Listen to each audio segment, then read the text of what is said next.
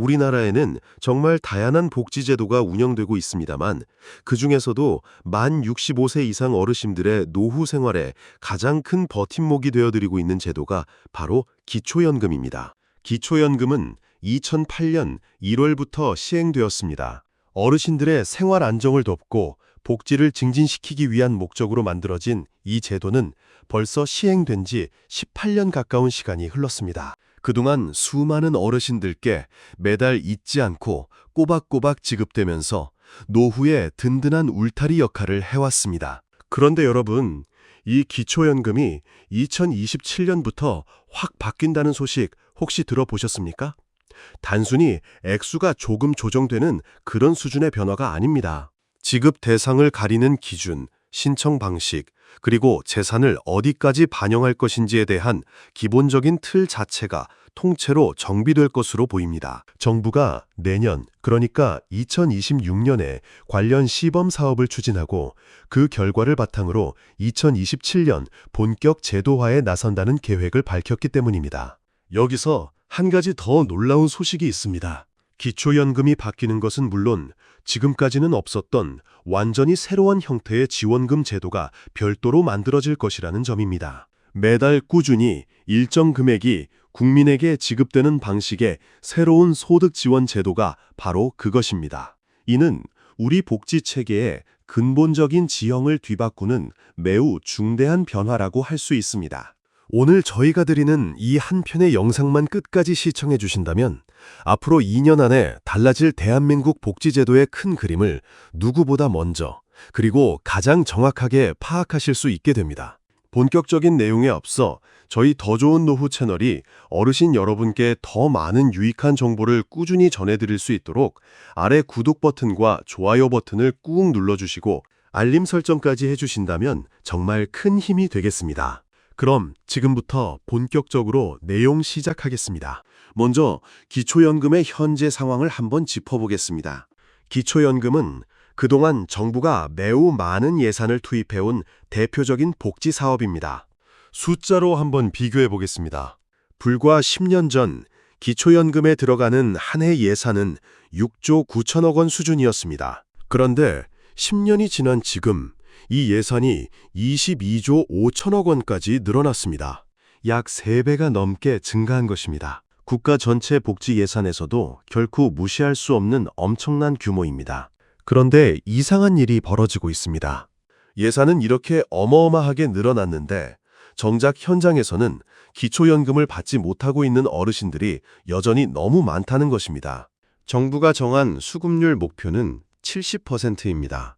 만 65세 이상 어르신 10분 중 7분은 기초연금을 받으시도록 하겠다는 것이 정부의 목표입니다.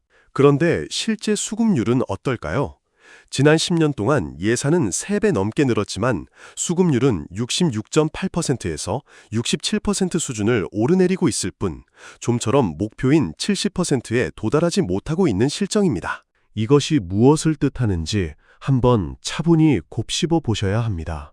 어르신 10분이 계시다면 그중 3분 가까이는 받을 자격이 있음에도 불구하고 실제로는 기초연금 혜택을 받지 못하고 계신다는 이야기입니다.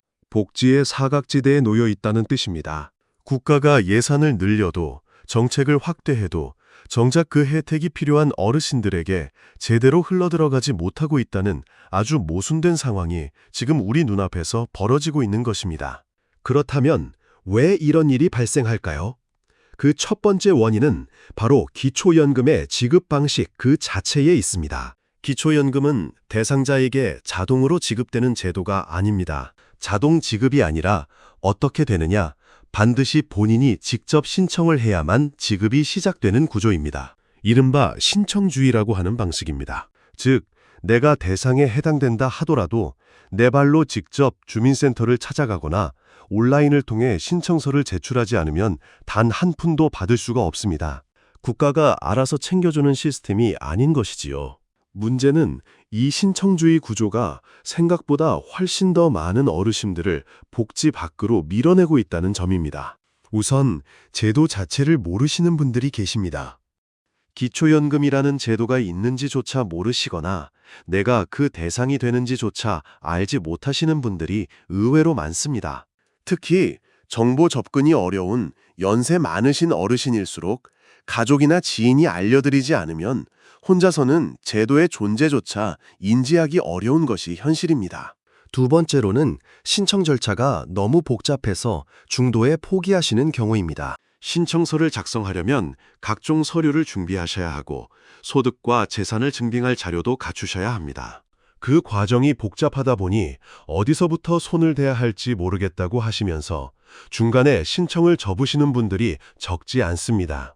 또한 거동이 불편하신 어르신들의 경우 기관을 직접 방문하는 것 자체가 부담이 되실 수밖에 없습니다. 세 번째 이유는 더 안타깝습니다. 내가 기초연금을 받을 수 있는 대상인지조차 가늠이 안 된다는 문제입니다. 기초연금은 단순히 나이만 기준으로 삼는 제도가 아닙니다. 소득 인정액이라는 기준을 바탕으로 지급 대상자를 정하게 되어 있습니다. 이 소득 인정액이라는 것은 단순히 내가 한 달에 받는 월급만 보는 것이 아닙니다. 근로소득, 사업소득, 재산소득을 모두 합산하고 여기에 집, 자동차, 예금 같은 각종 재산을 소득으로 환산해서 더한 뒤 다시 여러 종류의 공제를 빼는 아주 복잡한 계산 과정을 거쳐야 합니다. 이 기준 자체가 일반인이 보기에는 너무 어렵고 복잡합니다. 결국 어르신 입장에서는 이런 생각을 하시게 됩니다. 나는 아마 안 될 거야. 내 재산이 좀 있으니까 안 될 거야. 혹은 반대로 나는 당연히 되겠지 하고 막연히 기다리시다가 시간이 흘러가 버리는 경우도 있습니다. 결국 제도를 몰라서 못 받고 절차가 어려워 포기하고 대상 여부를 스스로 판단하지 못해 신청조차 하지 않으시는 분들이 겹겹이 쌓이면서 예산은 늘어나지만 수급률은 오르지 않는 이 기이한 현상이 10년 동안 계속되고 있는 것입니다. 이것이 바로 기초연금 제도가 안고 있는 첫 번째, 그리고 가장 근본적인 문제입니다. 그런데 더 놀라운 이야기가 있습니다. 기초연금이 정작 받아야 할 분들께는 제대로 전달되지 못하고 있는 한편 반대로 받지 않아도 될 만한 분들에게까지 흘러들어가고 있다는 지적이 나오고 있다는 점입니다. 이것이 무슨 말씀인지 천천히 풀어서 설명드리겠습니다. 앞서 말씀드린 대로 기초연금은 소득 인정액을 기준으로 지급 대상자를 결정합니다. 이때 재산을 어떻게 따지느냐가 핵심입니다. 현재 기초연금 제도에서는 국내에 있는 부동산, 국내에 있는 예금 같은 것들은 재산으로 꼬박꼬박 반영이 됩니다. 그런데 바로 여기에 아주 큰 허점이 하나 숨어 있습니다. 국내 자산만 반영된다는 점입니다. 바꿔 말씀드리면 해외에 있는 계좌, 해외에 보유 중인 주식, 그리고 최근 들어 자산 규모가 크게 불어난 가상자산, 이런 것들은 현재 계산에 반영되지 않는다는 말씀입니다. 즉, 내 돈이 국내 은행에 예금으로 들어있으면 재산으로 잡히지만 같은 돈을 해외 계좌에 옮겨놓거나 해외 주식으로 보유하고 있거나 가상자산 형태로 갖고 있으면 기초연금을 따질 때는 마치 그 돈이 없는 것처럼 취급된다는 이야기입니다. 이것이 무엇을 뜻할까요? 감사원이 실제로 감사를 실시한 결과 놀라운 사실이 드러났습니다. 해외에 5억 원 이상의 자산을 가지고 계신 노인분들 중에서도 일부는 버젓이 기초연금을 수급하고 있는 것으로 확인되었다는 것입니다. 5억 원이 어떤 돈입니까? 결코 작은 액수가 아닙니다. 그만한 자산이 해외에 있음에도 불구하고 우리나라 제도상 그 자산이 계산에 잡히지 않기 때문에 국가의 복지 예산에서 매달 돈이 나가고 있는 상황이라는 겁니다. 이 지점에서 두 가지 문제가 동시에 발생합니다. 첫째, 재정 낭비의 문제입니다. 예산이 한정되어 있는 상황에서 정말 도움이 필요한 어르신들이 아닌 분들께 기초연금이 흘러들어간다면 그만큼 국가 재정은 엉뚱한 곳으로 새어나가는 셈입니다. 22조 5천억 원이라는 막대한 예산의 일부가 이런 구조적 허점 때문에 본래 목적과 다르게 쓰이고 있다면 그것만큼 아까운 일이 또 어디 있겠습니까? 둘째, 더 심각한 것은 형평성의 문제입니다. 생각해 보십시오. 똑같은 5억 원을 가지고 계신 두 분이 있다고 가정해 보겠습니다. 한 분은 그 5억 원을 국내 부동산이나 국내 예금으로 두고 계십니다. 또 한 분은 해외 계좌나 해외 주식, 가상자산으로 가지고 계십니다. 두 분이 가진 재산의 실질적인 가치는 동일합니다. 그런데 기초연금을 신청해 보면 결과는 정반대로 나옵니다. 국내에 재산을 둔 분은 기준을 넘겨서 탈락하실 가능성이 크지만 해외나 가상자산으로 재산을 두신 분은 기준 안쪽으로 들어와서 기초연금을 받으실 수 있게 됩니다. 이게 과연 공정한 일일까요? 자산이 있는 장소가 국내냐 해외냐에 따라 국가복지의 수혜 여부가 갈린다면 이것만큼 형평성을 해치는 일도 드물 것입니다. 그리고 문제는 여기서 그치지 않습니다. 지역별로 적용되는 공제 기준 역시 현실과 상당히 동떨어져 있다는 지적이 오래전부터 나오고 있습니다. 어르신들의 기초연금 여부를 판단할 때는 사시는 지역의 주거비 수준을 감안해서 일정한 금액을 공제해 주도록 되어 있습니다. 즉, 서울처럼 주거비가 비싼 곳에서 사시는 분들께는 더 많은 공제를, 상대적으로 주거비가 낮은 곳에 사시는 분들께는 적은 공제를 적용하는 식입니다. 그런데 이 공제 기준이 현실을 제대로 반영하지 못하고 있다는 것이 문제입니다. 대표적인 예가 바로 경기도입니다. 여러분 중에서도 경기도에 거주하고 계신 분들 많으시죠? 특히 서울과 가까운 수도권 주요 지역의 경기도 전세가는 이미 광역시 수준을 훌쩍 넘어선 지 오래입니다. 어떤 경우에는 웬만한 광역시보다 전세가가 오히려 더 비싼 지역도 있을 정도입니다.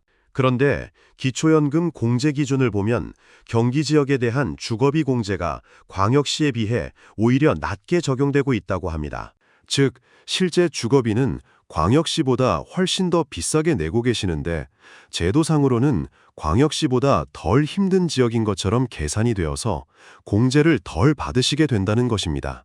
결과는 뻔합니다. 분명히 어려운 형편임에도 불구하고 공제가 충분하지 않아 소득 인정액이 기준을 넘어서게 되고 그로 인해 기초연금 수급 대상에서 탈락해버리는 분들이 발생하게 됩니다. 한마디로 사각지대가 지역별로 또 한 번 만들어지고 있는 셈입니다. 이런 식으로 말씀드리고 보니 그저 기초연금 하나의 제도를 두고도 이렇게 얽히고 설킨 문제들이 여러 겹으로 쌓여 있다는 사실을 확인하실 수 있습니다. 신청주의 때문에 정보 사각지대가 생기고 국내 자산만 반영되는 구조 때문에 형평성의 사각지대가 생기고 지역별 공제 기준이 현실과 어긋나기 때문에 지역별 사각지대까지 생기고 있습니다. 제도의 손질이 반드시 필요한 시점이 된 것입니다. 이런 문제들을 그저 지켜보고만 있을 수는 없겠지요. 다행히 이와 관련해서 감사원이 적극적으로 움직였습니다. 감사원은 기초연금 제도의 운영 실태를 면밀히 들여다본 뒤 이대로 두어서는 안 된다고 판단하고 구체적인 개선 권고를 내놓았습니다. 감사원의 첫 번째 권고는 바로 해외 금융자산과 가상자산을 재산에 포함하도록 법 개정을 추진해야 한다는 것입니다. 지금처럼 국내 자산만 반영하는 반쪽짜리 기준으로는 더 이상 공정한 판정이 불가능하다는 판단입니다. 해외에 5억 원 이상을 가진 분들도 버젓이 기초연금을 받아가는 이 기막힌 구조를 방치한다면 제도의 신뢰성 자체가 흔들릴 수밖에 없습니다. 그래서 해외 계좌, 해외 주식, 그리고 가상자산까지도 모두 소득 인정액 계산에 반영할 수 있도록 법적인 틀을 새로 짜야 한다는 것이 감사원의 입장입니다. 두 번째 권고는 지역별 주거비 반영 기준의 현실화입니다. 앞서 말씀드린 대로 경기 지역 전세가가 광역시보다 비쌈에도 불구하고 공제는 오히려 적게 받는 이 모순을 이제는 바로잡아야 한다는 것입니다.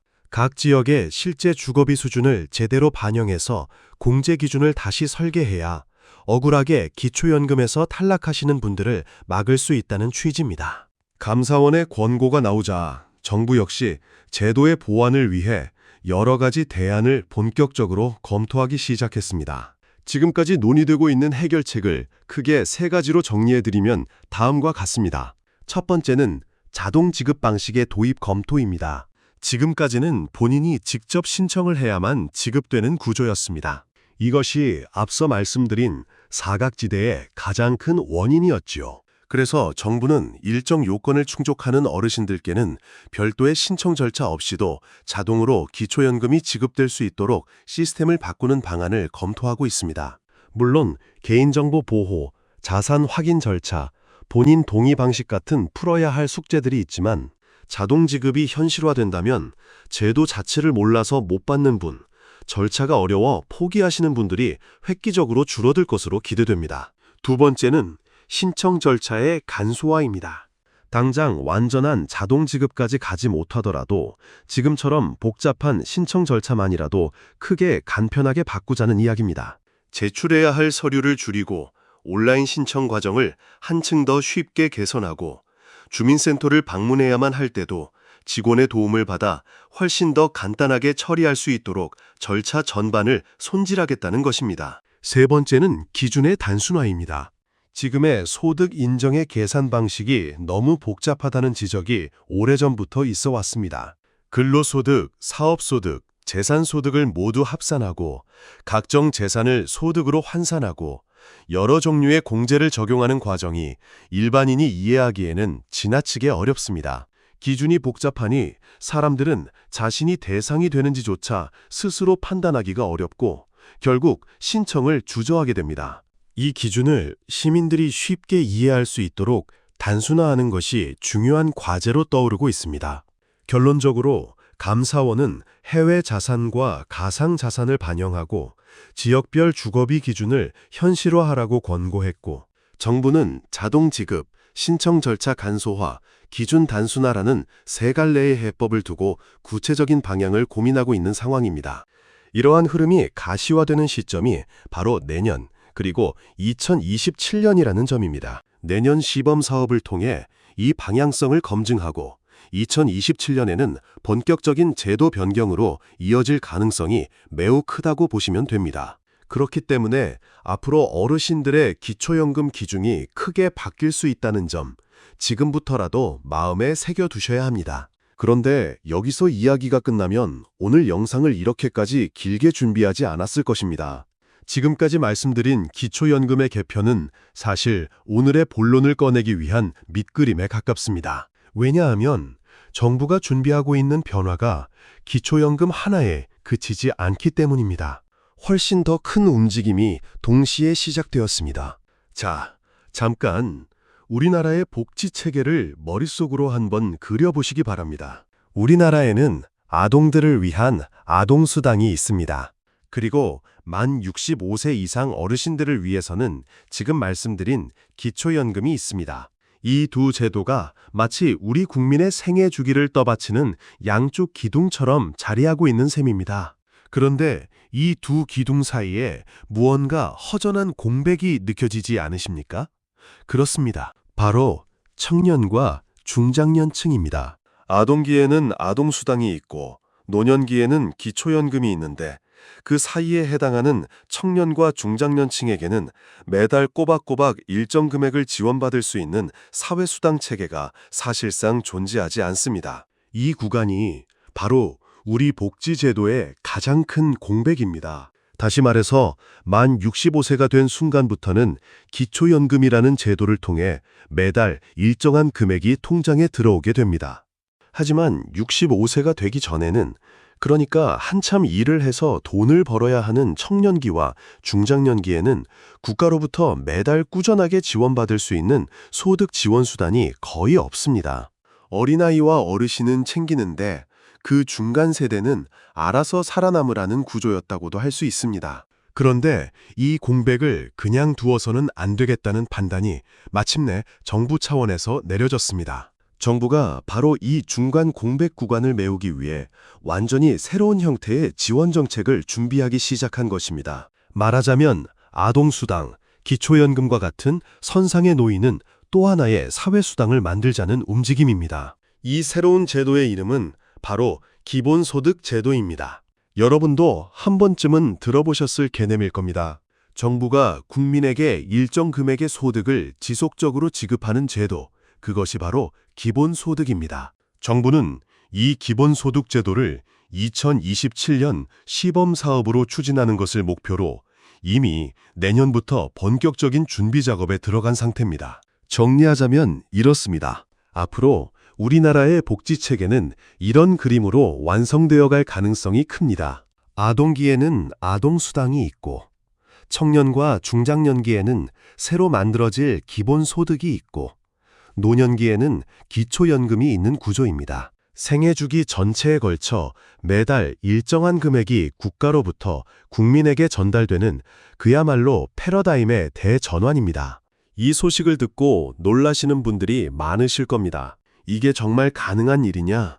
그런 돈이 다 어디서 나오냐? 어떻게 지급되느냐? 과연 누구에게 주어지느냐 하는 의문들이 꼬리를 물고 생기실 겁니다. 그래서 지금부터는 이 새로운 기본소득 제도가 구체적으로 어떻게 설계되고 있는지 지금까지 알려진 논의 내용을 바탕으로 차근차근 풀어서 설명드리도록 하겠습니다. 먼저 가장 많이 오해하시는 부분부터 짚어드리겠습니다. 기본소득이라고 하면 많은 분들이 아무 조건 없이 그냥 국민 모두에게 매달 공짜로 돈을 뿌리는 제도를 떠올리십니다. 그러나 우리나라 정부가 준비하고 있는 기본소득 제도는 그런 방식이 아닙니다. 단순히 아무런 조건 없이 현금을 계속해서 지급하는 형태가 아니라 사회적 기여 활동을 전제로 하는 방식을 우선적으로 검토할 계획입니다. 좀 더 쉽게 말씀드리겠습니다. 정부가 우선적으로 검토하고 있는 방식은 참여소득 방식이라고 부릅니다.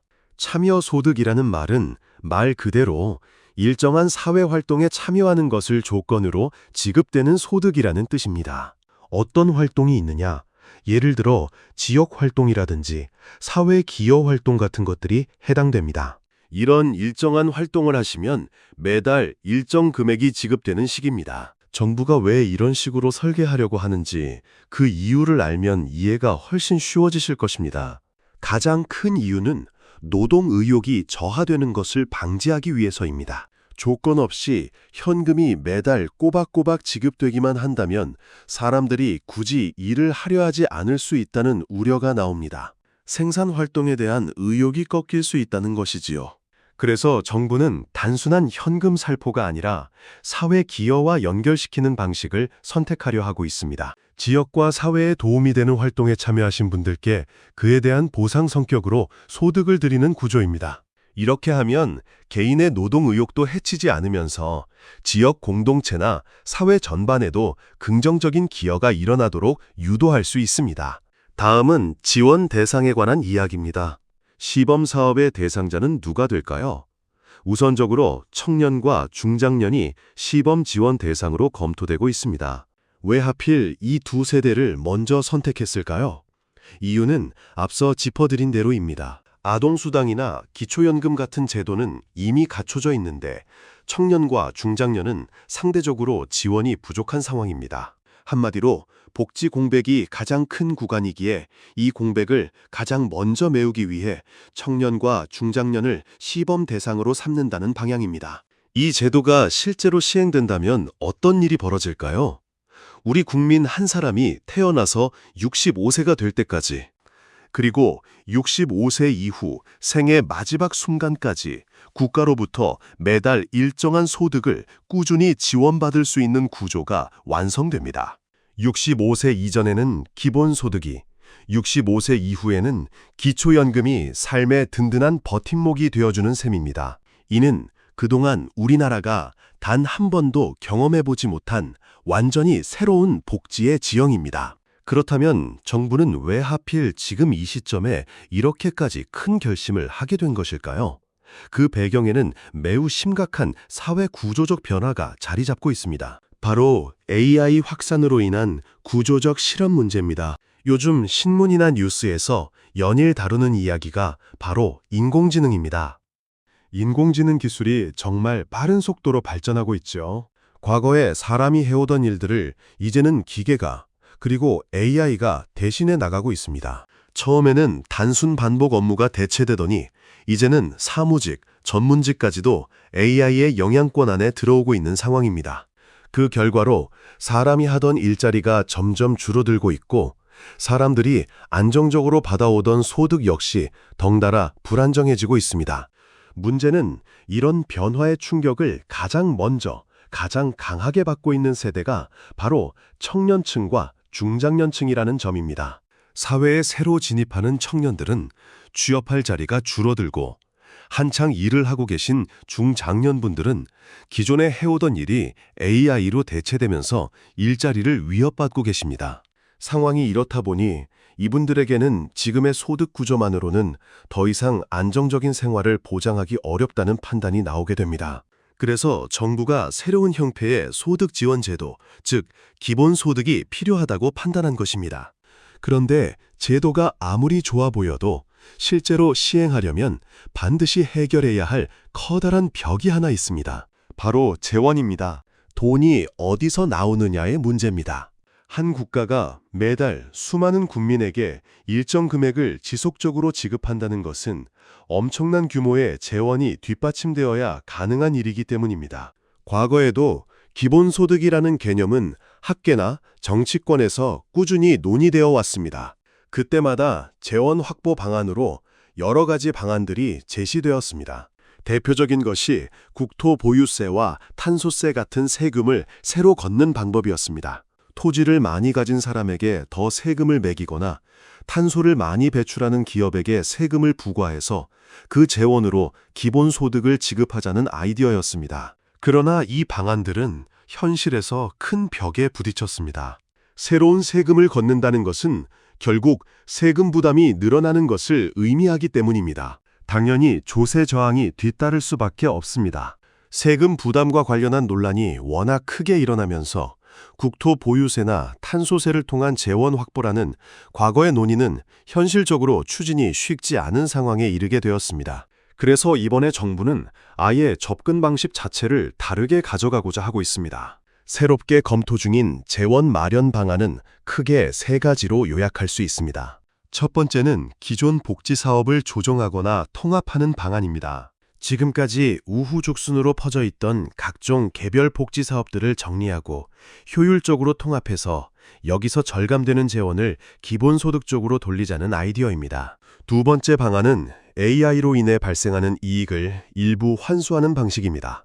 AI 확산 때문에 많은 사람들의 일자리가 사라지는 반면 한편으로는 AI 기술을 가진 기업들은 막대한 이익을 거두게 될 것으로 예상됩니다. 그렇다면 그 이익의 일부를 사회로 되돌려서 일자리를 잃거나 소득이 불안정해진 사람들을 위한 재원으로 활용하자는 발상입니다.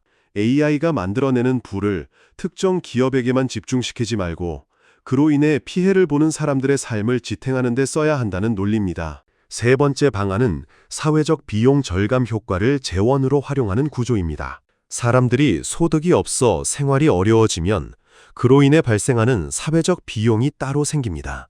의료 비용, 복지 비용, 심지어는 사회 안전망 관련 비용까지 줄줄이 늘어나게 됩니다. 그런데 기본소득을 통해 미리 사람들의 생활을 안정시켜준다면 그로 인해 줄어드는 사회적 비용이 생기게 됩니다. 그 절감분을 다시 기본소득의 재원으로 순환시키자는 구상입니다. 이 세 가지 방안은 모두 지금도 검토 단계에 있는 사항들입니다. 최종적으로 어떤 조합으로 어느 정도 규모로 재원이 마련될지는 앞으로 더 지켜봐야 하는 부분입니다. 분명한 점은 정부가 이번에는 과거처럼 세금 인상 중심의 접근에서 벗어나 기존 재원을 재구성하고 새로운 부의 흐름에서 재원을 끌어오는 방향을 모색하고 있다는 점입니다.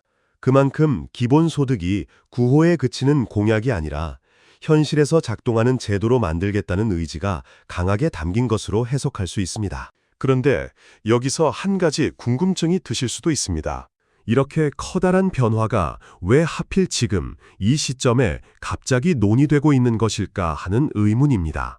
사실 결론부터 말씀드리면 이 기본소득이라는 개념은 이번에 처음 등장한 것이 결코 아닙니다. 이미 오래전부터 꾸준히 준비되어 왔던 정책의 자연스러운 연장선입니다. 이 방향성은 특히 현 대통령이 오랜 기간 지속적으로 강조해왔던 정책 기조입니다. 현 대통령의 과거 경력을 한번 거슬러 올라가 보면 이 흐름을 금방 확인하실 수 있습니다. 대통령께서 과거 경기도지사 시절을 떠올려 보시기 바랍니다. 도지사 재임 당시 재난기본소득과 청년기본소득이라는 이름으로 실제로 지역 차원에서 기본소득의 개념을 현실 정책으로 시행한 경험이 있습니다. 즉, 말만 앞세운 개념이 아니라 지역 단위에서 직접 실행해본 이력이 있다는 뜻입니다. 그리고 이 흐름은 대선 과정으로 자연스럽게 이어졌습니다. 대선 때는 기본사회라는 이름으로 국민의 기본적인 삶을 국가가 보장해 주어야 한다는 더 큰 방향성을 핵심 공약으로 제시하셨습니다. 단순히 몇몇 계층에 국한되는 복지가 아니라 국민 모두가 인간다운 삶을 누릴 수 있도록 국가가 최소한의 기반을 떠받쳐야 한다는 철학이 담긴 공약이었습니다. 그러니까 지금 추진되고 있는 기본소득 제도는 하늘에서 뚝 떨어진 정책이 아닙니다. 도지사 시절에 씨를 뿌리고 대선 공약으로 큰 그림을 그렸으며 이제 대통령 공약의 본격적인 실현 단계에서 국가 정책으로 올라선 것이라고 이해하시면 가장 정확합니다.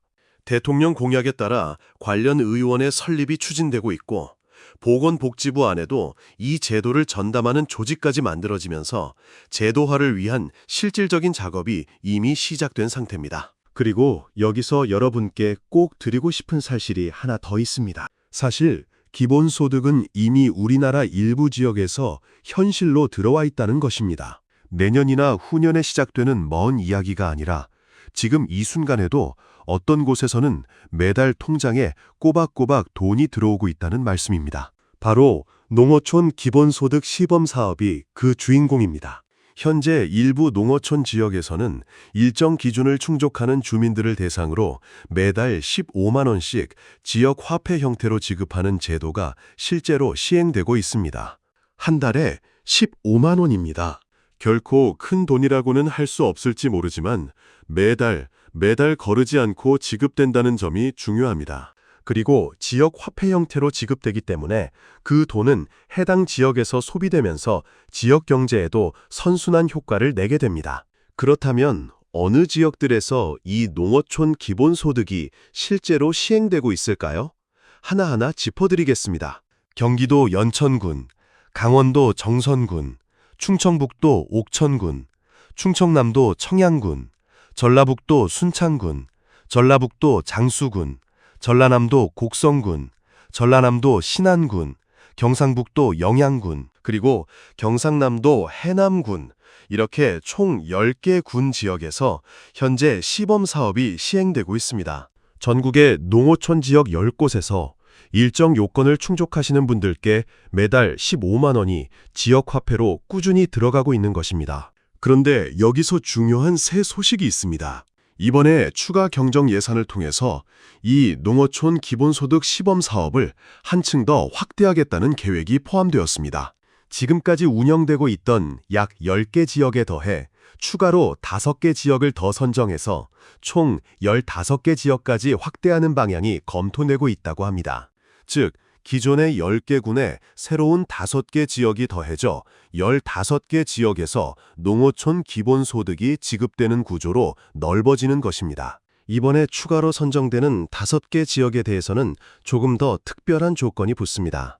이 5개 지역의 경우 2026년 하반기 약 6개월 동안 한시적으로 지급하는 방식으로 시범 운영될 전망입니다. 기존 10개 군처럼 장기간 운영되는 방식이 아니라 일단 6개월 정도 한정해서 시범적으로 운영해 보면서 그 효과와 문제점을 점검해 보겠다는 취지입니다. 새로 추가되는 5개 지역이 구체적으로 어디가 될지는 현재 시점에서는 아직 결정되지 않은 상태입니다. 다만 이르면 2026년 하반기부터 본격적으로 지원이 확대될 것으로 보입니다. 혹시 어르신들께서 거주하고 계신 지역이 혹은 자녀분들이나 친지분들이 살고 계신 지역이 농어촌에 해당된다면 이번 확대 대상에 포함될 수 있을지 주의 깊게 지켜보실 필요가 있습니다. 이렇게 보시면 기본소득이라는 이야기가 결코 먼 나라의 이야기가 아니라는 점을 분명히 느끼실 수 있을 겁니다. 현 대통령이 도지사 시절에 이미 실험했던 개념이 대선 공약인 기본사회로 다듬어졌고 지금은 농어촌 기본소득이라는 이름으로 전국 10개 군 지향에서 현실로 작동하고 있으며 내년에는 15개 지역으로 확대되고 2027년에는 청년과 중장년을 위한 또 다른 새로운 기본소득 시범사업이 시작될 예정입니다. 모든 흐름이 하나의 큰 방향을 향해 쉬지 않고 흘러가고 있다는 사실을 오늘 여러분께서 꼭 기억해 두셨으면 합니다. 이제 모든 내용을 간단히 정리하면서 마무리하도록 하겠습니다. 첫째, 2008년부터 시행되어 온 기초연금 제도는 예산이 10년 사이에 6조 9천억 원에서 22조 5천억 원으로 3배 넘게 증가했음에도 정작 수급률은 66.8%에서 67% 수준에 머물러 있습니다. 목표치인 70%에 못 미치고 있는 상황에서 어르신 10명 중 3분은 여전히 복지 사각지대에 놓여 계십니다. 둘째, 그 원인은 신청주의 구조, 복잡한 소득 인정의 기준, 그리고 국내 자산만 반영하는 허점 때문입니다. 해외에 5억 원 이상 자산을 가진 분들까지 기초연금을 받는 형평성 문제가 있고, 경기 지역 전세가가 광역시보다 비싼데도 공제를 덜 받는 지역별 모순도 존재합니다. 감사원은 해외 자산과 가상자산의 반영, 지역별 주거비 기준의 현실화를 권고했고, 정부는 자동지급, 신청 절차 간소화, 기준 단순화를 검토하고 있습니다. 이 변화는 내년 시범 사업을 거쳐 2027년에 본격적으로 자리 잡을 전망입니다. 셋째, 단순한 기초연금 개편을 넘어 우리 복지체계 전체가 바뀌는 더 큰 변화가 시작됩니다. 지금까지 비어있던 청년과 중장년층의 사회수당 공백을 메우기 위해 정부가 기본소득 제도의 시범 사업을 2027년 목표로 준비하고 있습니다. 아무 조건 없이 현금을 지급하는 것이 아니라 지역 활동이나 사회 기여 활동에 참여하는 것을 전제로 하는 참여 소득 방식이 우선 검토되고 있습니다. 재원은 기존 복지 사업의 조정과 통합, AI로 인해 발생하는 이익의 환수, 사회적 비용 절감 효과 활용을 중심으로 마련될 계획입니다. 넷째, 이 기본소득은 갑자기 등장한 개념이 아닙니다. 현 대통령이 경기도지사 시절 시행한 재난기본소득과 청년기본소득, 대선 공약으로 제시한 기본사회의 연장선입니다. 그리고 이미 현실에서는 경기 연천군, 강원 정선군, 충북 옥천군, 충남 청양군, 전북 순창군, 전북 장수군, 전남 곡성군, 전남 신안군, 경북 영양군, 경남 해남군, 이렇게 총 10개 군에서 매달 15만 원, 지역 화폐 형태로 농어촌 기본소득이 지급되고 있습니다. 내년에는 추가 경정 예산을 통해 5개 지역이 더해져 총 15개 지역으로 확대됩니다. 새로 추가되는 5지역은 2026년 하반기에 약 6개월간 한시적으로 운영됩니다. 어르신 여러분, 이제 시대가 완전히 달라지고 있습니다. 과거처럼 국가가 필요할 때 한 번씩 지원금을 찔끔 쥐어주고 끝나는 시대가 저물어가고 있습니다. 앞으로는 매달 한 달도 거르지 않고 꾸준하게 국민에게 일정한 소득을 보장해주는 새로운 구조가 만들어질 것입니다. 그 전환점이 바로 2027년입니다. 다만 한 가지 반드시 기억하셔야 할 점이 있습니다. 지금 말씀드린 내용들은 모두 시범 사업 단계이고 검토 단계입니다. 앞으로 구체적인 논의가 진행되는 과정에서 지원 대상, 지급 방식, 지원 금액, 재원 마련 구조 등 세부 내용이 얼마든지 달라질 수 있습니다. 그렇기 때문에 정책이 어떻게 확정되어 가는지 계속해서 지켜보시고 잘 확인해 두실 필요가 있습니다. 저희 더 좋은 노후 채널은 앞으로도 기초연금 개편이나 기본소득 시범사업과 관련해서 새로운 소식이 전해질 때마다 어르신들께서 가장 빠르고 정확하게 받아보실 수 있도록 계속해서 영상을 통해 알려드리도록 하겠습니다. 정책 변화에 뒤처지지 않고 제 권리를 제때 챙기시는 것이 바로 오늘부터 바뀌어야 할 가장 현명한 노후 준비입니다.